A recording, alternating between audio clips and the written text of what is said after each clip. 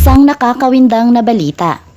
Ang minahal nating mga Pinoy, lalo na ang mga batang 90s na si Barbie Sue ng Taiwan ay namayapa na sa murang edad na 48 years old.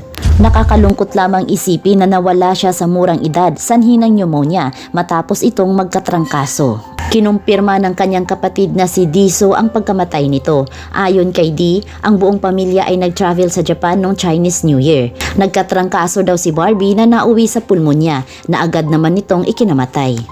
Maraming tagahanga at mga kaibigan ang hindi makapaniwala sa biglaang pagkawala ni Barbie, lalo't nakikita pa ito kamakailan lang sa mga social media post. Ang kanyang pagpanaw ay top 1 trending sa Weibo, isang social media platform na ginagamit sa China. Trending naman sa Japan ang post tungkol sa sakit na flu na tumama kay Barbie, kung saan dito siya binawian ng buhay. Mapapatanong ka na lamang kung bakit ikinamatay niya agad ang trangkaso. Ang pulmonya ay isang malubhang sakit lalo na sa mga taong may mahinang immune system at may mga sakit. Sa mga naging pahayag ni Barbie sa mga nakalipas na taon, inihayag niya noong 2005 na siya ay may sakit na epilepsy. At madalas siyang atakihin ito lalo na pagpagod. Napapaulat rin na meron siyang sakit sa puso. At paulit-ulit na nai-emergency dahil sa seizures.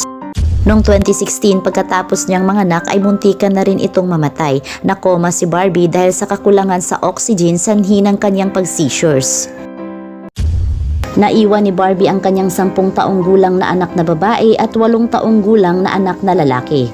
Samantala ang ex-husband naman ni Barbie na isang businessman na si Wang Xiaofei ay nagpalit ng black profile picture bilang tanda ng pagdadalamhati.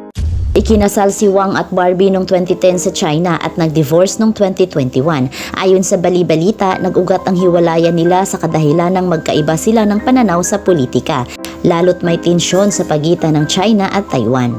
Bagamat ang China at Taiwan ay parehong mga Chinese, pareho ng wika at pareho din ang kultura, ngunit magkaiba ang sistema nila sa gobyerno. Pagkatapos ng divorce nila noong 2021, ikinasal naman si Barbie noong 2022 sa kanyang ex-boyfriend na isang South Korean singer na si Koo Jun-yup. Ang Meteor Garden Wave ay nagsimula sa Pilipinas noong 2003. Ang seryeng ito ay isang malaking tagumpay at nagbigay ng katanyagan sa mga aktor at aktres na gumanap, lalong-lalo na si Barbie Sue na nakilala nating si Sansai. Halos yata ng tao sa Pilipinas ay kilala si Sansai. At ang F4 na ginampanan naman ni Jerry Yan, Vic Sue na siya naging karelasyon ni Barbie sa totoong buhay ng 2 taon, Vanice Wu at Ken Sue. Dahil sa katanyagan ng Meteor Garden ay nagkaroon ng interes ang mga Pinoy sa Asian drama na siya namang pagkalaos ng mga telenovela. Ang buhay sa mundo ay maikli lamang, ngunit ang mga alaala natin ay walang hanggan. Si Sansai o si Barbie Sue ay nakatatak na sa ating mga puso't isipan. Siya ay isang magandang alaala ng ating kabataan.